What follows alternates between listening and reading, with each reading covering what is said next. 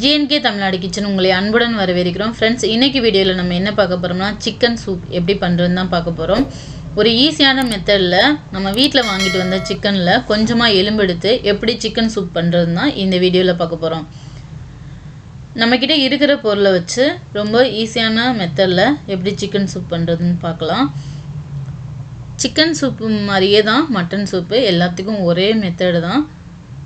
சிக்கனுக்கு பதிலாக mutton add பண்ண போகிறோம், மட்டனுக்கு பதிலாக வெஜிடபிள்ஸ் ஆட் பண்ண போகிறோம். சூப்பு ஆனால் ஒரே மெத்தட் தான். இதை பார்த்தீங்கன்னா எல்லா சூப்புமே நம்ம பண்ண ஆரம்பிச்சிடலாம். இப்போ நான் ஒரு 10லேருந்து ஒரு 12 சிக்கன் எலும்பு எடுத்திருக்கேன். ஒரு குக்கரில் எடுத்துக்கலாம். ஒரு பெரிய சைஸ் வெங்காயம், ஒரு பெரிய சைஸ் தக்காளி, கொஞ்சம் மல்லி இலை எல்லாத்தையுமே ஆட் பண்ணிடலாம். இது கூட பச்சை மிளகாய் இருந்தால் ஆட் பண்ணிக்கோங்க. ஒரு 2-3 பச்சை மிளகாய் ஆட் பண்ணிக்கோங்க.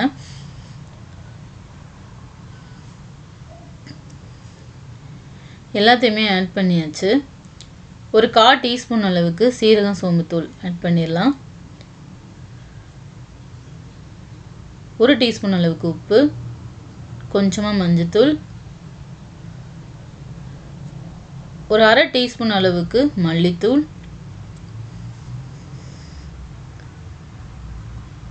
தேவையான அளவு தண்ணி ஆட் பண்ணிடலாம்.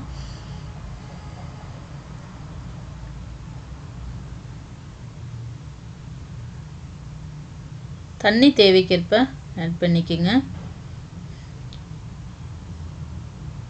இப்போ கரண்டி வச்சுட்டு மிக்ஸ் பண்ணி விட்டுறலாம்.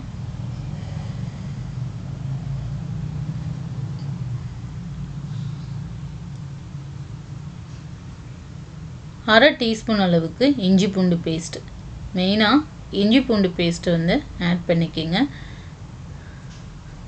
இந்த இஞ்சி பூண்டு மல்லி இதுதான் சூப்புக்கு நல்ல ஒரு டேஸ்ட்டு கொடுக்கும். இப்போ மூடி வச்சு நம்ம மூடிடலாம். இதை ஒரு 5 விசில் வர வரையும் நம்ம வெயிட் பண்ணலாம்.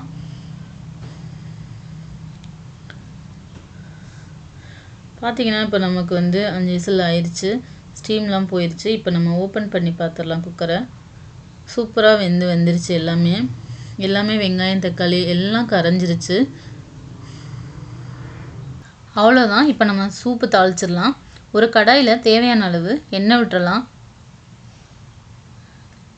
எண்ணெய் நல்லா சூடானதும் ஒரு 1/4 டீஸ்பூன் அளவுக்கு சோம்பு ஆட் பண்ணிடலாம். சோம்பு பொரிஞ்சு வந்ததும் இதில் பட்டை வகை ஆட் பண்ணிடலாம். பட்டை வகை எல்லாம் ஆட் பண்ணியாச்சு. இப்போ ஒரு 1/2 டீஸ்பூன் அளவுக்கு மிளகு ஆட் பண்ணிடலாம்.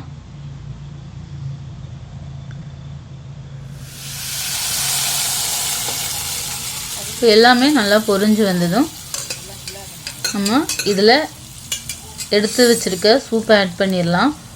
வேக வச்சு வச்சுருக்கத இதில் கருவேப்பிலை இருந்தால் ஆட் பண்ணிக்கோங்க தாளிக்கும்போது.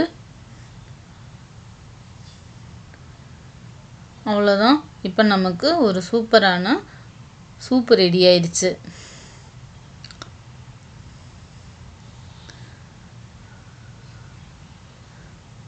இதில் கொஞ்சமாக லாஸ்ட்டாக மல்லி இலை ஆட் பண்ணிடலாம். அவ்வளோதான், நமக்கு சுட சுட சுவையான சூப்பு ரெடி ஆயிடுச்சு. ரொம்ப ஈஸியான மெத்தடில் ஒரு டேஸ்டியான சூப்பு எப்படி வைக்கிறதுன்னு இந்த வீடியோவில் பார்த்தோம். ஃப்ரெண்ட்ஸ், இந்த வீடியோ உங்களுக்கு பிடிச்சிருந்தா மறக்காமல் எங்களோட சேனலை சப்ஸ்கிரைப் பண்ணுங்கள். அப்படியே உங்களுடைய ஃப்ரெண்ட்ஸுக்கும் ஷேர் பண்ணுங்கள். நன்றி.